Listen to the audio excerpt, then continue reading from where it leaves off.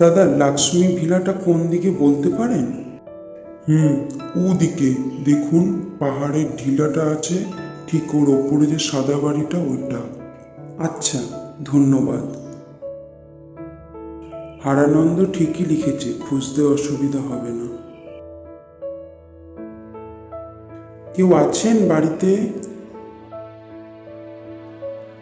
কাকে চাই? হারানন্দ দত্ত কি এই বাড়িতেই থাকে? হ্যাঁ হ্যাঁ, এই বাড়িতে থাকে নয়, এই বাড়ির বর্তমান মালিক সে। এই বাড়ির লক্ষ্মী ভিলা তো তারই। বাবা, হারানন্দ কি করেছে? এত বড় বাড়িটাকে কিনে ফেলেছে। ব্যাটার দম আছে।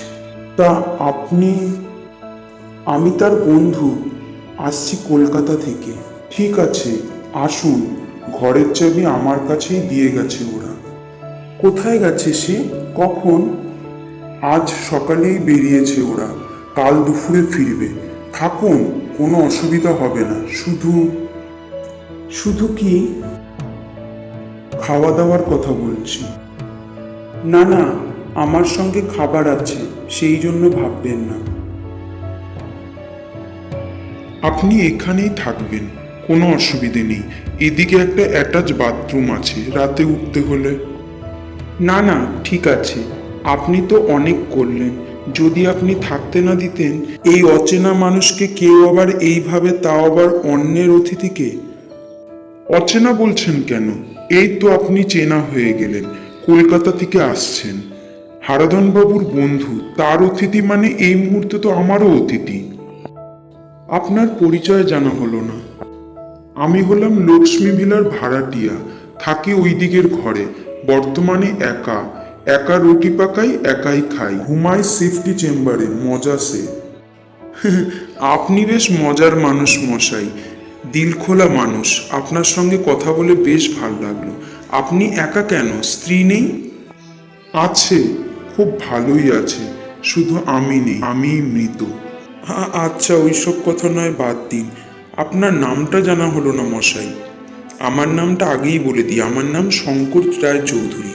কলকাতায় একসঙ্গে পড়াশোনা করতাম হারানন্দের সঙ্গে। আমি আরও একসাথেই চাকরিও করতাম।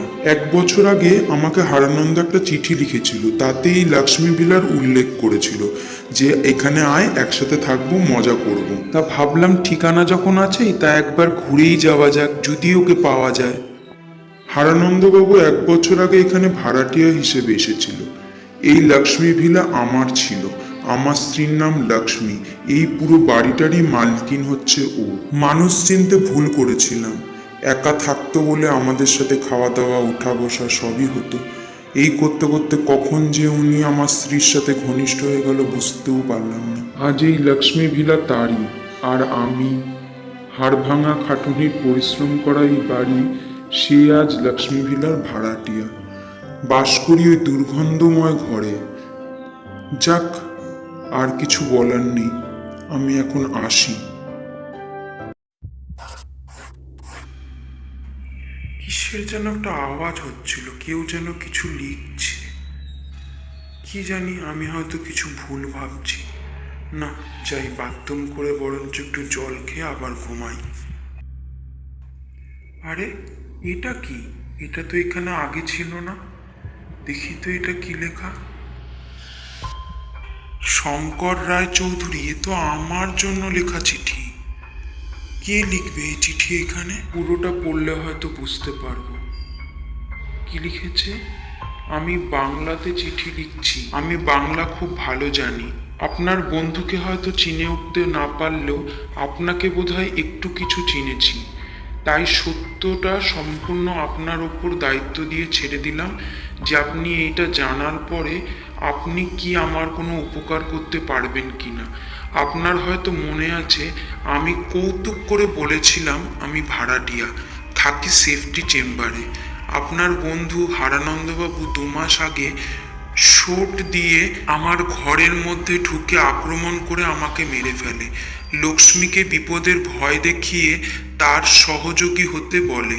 দুজনা মিলে আমাকে টেনে হিচড়ে সেফটি ট্যাঙ্কে ঠেলে ফেলে দিয়ে তারপর শোটটিও সেখানে ফেলে দেয়। প্রচার করা হয় যে আমি নিরুদ্দেশ। এখন লক্ষ্মী তার মতো চলতে বাধ্য হচ্ছে, ফলে এই লক্ষ্মী ভিলার প্রকৃতপক্ষে মালিক হচ্ছে আপনার বন্ধু। যথাযথ প্রমাণ সূত্রের অভাবে হারানন্দকে পুলিশ কাস্টাডিতে রেখেও জেরা করে ছেড়ে দেয়, কোনো চার্জ ফর্ম করতে পারেনি। আপনি যদি তদন্তকারী পুলিশকে খুনের প্রমাণটি তুলে দিতে সাহায্য করেন তাহলে অপরাধী ধরা পড়ে। আশা করি আপনি তা করবেন, আপনার ওপর অনেক ভরসা আছে। বিনীত নারায়ণ তেওয়ারি। হারানন্দ এটা কি করলো? হারানন্দ কি সত্যি এটা করেছে? আমার তো বিশ্বাসই করতে পারছি না, আমার তো বিশ্বাস হচ্ছেই না। এখন আমি কি করি? না, রাস্তার ধারে যে দোকানটা, সেই দোকানওয়ালার সাথে একটু কথা বলে দেখি তো উনি কিছু এ ব্যাপারে জানেন নাকি। আর যদি এটা সত্যিই হয়ে থাকে তাহলে এর শাস্তি হারানন্দকে পেতেই হবে। দাদা, বলছি লক্ষ্মী ভিলায় কি কিছু দুর্ঘটনা ঘটেছিল? হ্যাঁ বাবু, 2 মাস আগে তো নারায়ণ তেওয়ারি নিরুদ্দেশ হয়ে গেছে। আমার মনে হয় ও খুন হয়ে গেছে। ওই তো এরা এসে গেছে। দেখো অবস্থা, চাবিগুলো তুমি বলেছিলে তোমার ব্যাগে নিয়েছো, এদিকে তন্ন তন্ন করে খুঁজেও পাওয়া গেল না। এদিকে দেখো দরজার আবার তালা খোলা। স্ট্রেঞ্জ। আরে তুই শঙ্কর, কখন এসেছিস? আর তালাই বা খুললি কি করে? হারানন্দ বাবু আছেন? আরে আপনি আসুন আসুন। কেন এসেছি জানেন? সার্চ করার জন্য। একবার গোটা বাড়িটা সার্চ করতে হবে। সার্চ? এই তোমরা এবার এই ট্যাঙ্কটা খুলে দেখো, ভালো করে সার্চ করো।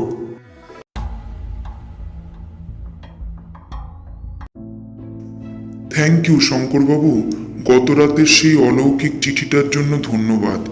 আজ যদি সকালে পুলিশ স্টেশনে তা না জানাতেন তাহলে নারায়ণ তেওয়ারির নিরুদ্দেশের রহস্য কেবল রহস্যই থেকে যেত চিরদিন।